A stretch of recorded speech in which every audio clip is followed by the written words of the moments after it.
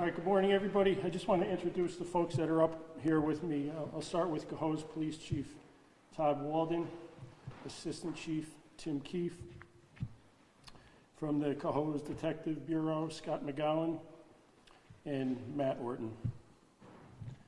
We're also joined from the New York State Police Troop G, the Troop Commander, Chris Gilroy, BCI Captain Robert McConnell, and from the U.S. Marshals, Deputy U.S. Marshal Brendan Connors. Cohoes has had 34 homicides over the last 50 years, so we average one about every 18 months. Last one was 2 years ago. We have very few on the hill section of our city. It's a suburban area. In fact, I grew up in that area, very quiet. 10 days ago, Cohoes Police responded to assist with a call for a welfare check. And upon arrival, they found 41-year-old female victim deceased. She'd been stabbed to death, likely the day prior. At that time, her live-in boyfriend was gone on arrival, and he was naturally a person of interest, somebody that the police wanted to talk to. Data regarding the registration on his truck was entered into a system, and the LPRs, the license plate readers, indicated the truck had traveled northbound from Cohoes. The vehicle was located by troopers in Troop B up in Franklin County. A search of that area was conducted over the next 10 days. Helicopters, drones, grid searches. In fact, yesterday, Cohoes Police Department sent 6 officers to participate in that. Also yesterday, New York State Police Troop B in Raybrook held a press conference. Basically, they were looking for public assistance, see something, say something. Meanwhile, back here in Cohoes, interviews and evidence collected eventually pointed to Anthony Bichand, not just as a person of interest, but as a suspect. This morning, a civilian spotted Bichand walking on the road about 3 miles from where the truck had been abandoned. Troopers from Troop B located and arrested Bichand. We're grateful. I want to thank Chief Walden, the Cohoes Police Department, for the great job that they did in this investigation, both the uniform patrols and the Detective Bureau. And I especially want to thank all the outside agencies that contributed significant resources to this search, beginning with the New York State Police Troop G, the Major Crimes Unit, the Forensic Investigation Unit, the Aviation Unit, the folks up in Troop B, the Major Crimes Unit up there, BCI and uniform patrols, New York State Forest Rangers, Saranac Lake PD, and of course the U.S. Marshals, and also the civilians who participated in the searches up there. And lastly, I just want to say our hearts go out to the family of Amanda Rodriguez. Hopefully this arrest brings a measure of closure in advance of her services, which is, I believe, Saturday up in Altona, which is just north of Plattsburgh. At this time, I'll turn it over to Cohoes Police Chief Todd Walden. Thank you. As the mayor mentioned, this was a tremendous effort put on by many agencies. The ones he mentioned, and also the Lake Placid and Plattsburgh City Police Department, Ticonderoga Police Department, the Clinton and Essex County Sheriff's Offices, and the District Attorney for Franklin County, as well as the Northern Regional Response Team. Enough cannot be said about the effort put forth by all these agencies in the course of the last 12 days. It is a very difficult task to have 2 different locations when you have a crime. We have the crime scene here in Cohoes, and then we have the abandoned truck up in the northern part of the state. I will say, though, that the communication and the teamwork was absolutely flawless in this case. Daily updates were going between Cohoes Police Department, the troopers, the marshals when they got involved. Obviously, you know how to coordinate with the press, and everything can be a difficult thing, but I've never seen an operation move as seamlessly as this one did.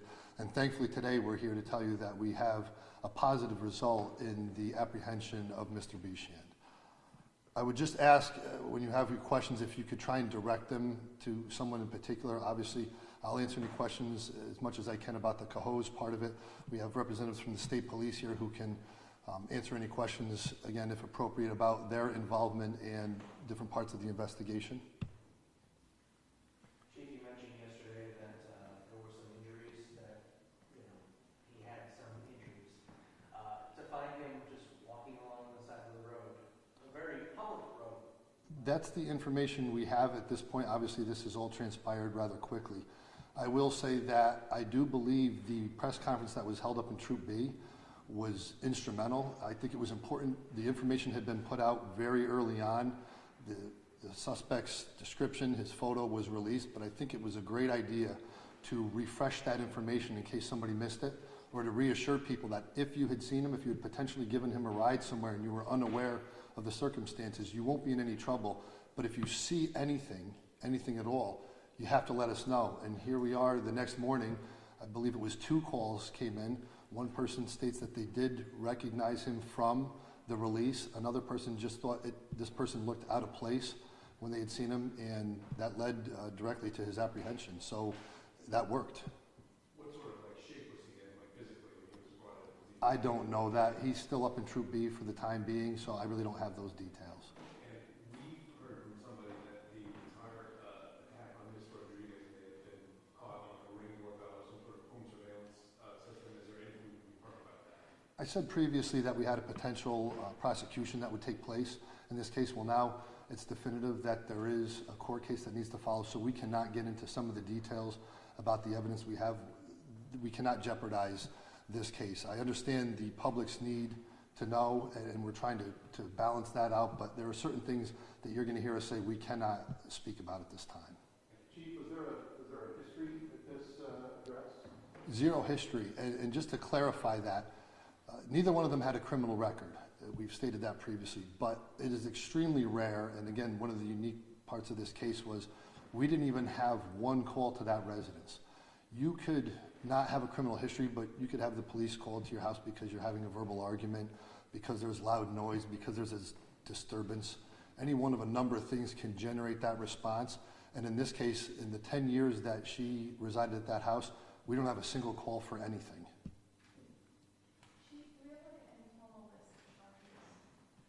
That's going to be revealed later on. I can't speak about the charges now, and I'm sure there will be potentially additional charges. There is still a lot of evidence that needs to be checked on. There's a lot of the electronic evidence that we spoke of before. There's things involving phones that could potentially lead to more charges or an upgrade in charges. So we have some of them set now, but there'll be developments on that. Yesterday you seemed pretty confident that you were looking for this individual. You wouldn't go and say that if there was anyone else you were looking at. Are you still confident this is the only person you're looking at this point? Absolutely. When the investigation begins, you have to look at everybody. You have to look at all the family members, close friends, co-workers, and when you start to talk to all of them, and the one person you cannot find is the person who lives with her and is her intimate partner and whose vehicle was seen there at the time the incident took place and then seen leaving shortly thereafter. He moves from a person of interest days later into obviously a suspect.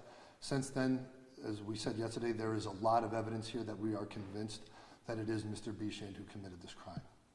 Chief, what was Bichand's condition when you found him? Was he found any belongings? I have no knowledge of that right now. I was just saying, in terms of the apprehension as well, just knowing he was on a public road, did he go willingly or was there a resistance? I have nothing that would tell me otherwise. I just know that he was spotted walking on a public street, and then the troopers approached him. He was taken into custody. I'm not sure if we have any other information. Without it, sir. Have you learned more details as to why he chose to escape to Franklin County? No. Chief, you spoke about just the wide coordination between agencies that you guys had. I guess roughly, to get the estimate, how many miles did you search as a collective agency to find? I'm not sure if we have that information. Again, unfortunately, due to the timing of everything, we couldn't have any representatives from Troop B down here, and it was Troop B and the Marshal Service that handled a lot of the search. I was up there yesterday, and I was viewing what areas they had searched. And it may not sound like a lot when you say we've searched 1.5 miles from the truck, but you have to understand the terrain up there and the fact that you don't always start closest to the truck and move out from it. You have to check other places like the abandoned prison they talked about, schools that are opening soon, hunting camps, of which I was told there was over 1,000 to check. I know they had checked 270 of those. You have to check residences, you have to check motels. So it was a very complicated search, and they were just doing an outstanding job with trying to structure how to cover as much as they could in the short time that they had done so already. And they were continuing to go at that. As the Marshal Smith had said yesterday, full steam ahead. There was no thoughts of drawing back on this or decreasing the amount of effort that was going to be put into it. Maybe the state police or BCI can shed some light on this. Is this one of the bigger manhunts that we've seen in the state? If you could come up with a vote. Oh, sure. I would say, obviously, a significant number of resources were utilized in this case, as the chief and the mayor had highlighted. A number of both local, state, and federal agencies were involved in this. Obviously, there have been a number of manhunts in the past, going back 10 years ago to the Dannemora prison escape with 2 convicted killers, and that went on for several weeks. I mean, compared to that, no, but every available resource that we could muster were utilized during the course of this investigation. Was this the biggest one since Dannemora, are you aware? I can't speak to up north. I mean, as far as the capital region, yes. I mean, it was a significant number of resources, yes. And to be clear, he is still up in Rayburn. He's not been brought back to... Currently, he was apprehended around 7:30 a.m. So yes, he's still up in the Rayburn area at this time. Major, do you, his injuries, can you elaborate a little bit? Like, what were the nature of those? Unfortunately, I cannot. I can't speak to that, other than to echo the fact that both New York State troopers and I believe the Franklin County deputy had apprehended him without incident on the side of the road. Anything else? Okay, thank you all. Do any of you guys know either that there would be a rain this afternoon? We're still working out the logistics of where he'll be processed and when he'll be arraigned. Constantly speaking with them up there. It's difficult to come up with a time frame because there's not just the distance factor, but there's also some other things being done in regards to him up there. So he's still up there? He is still up in Troop B, absolutely 100%, and we were in communications about at what point do they think he'll be transported back. He's not going anywhere else. What was the time that he was captured again this morning? Around 7:30 in the morning. Oh, 7:30. Okay.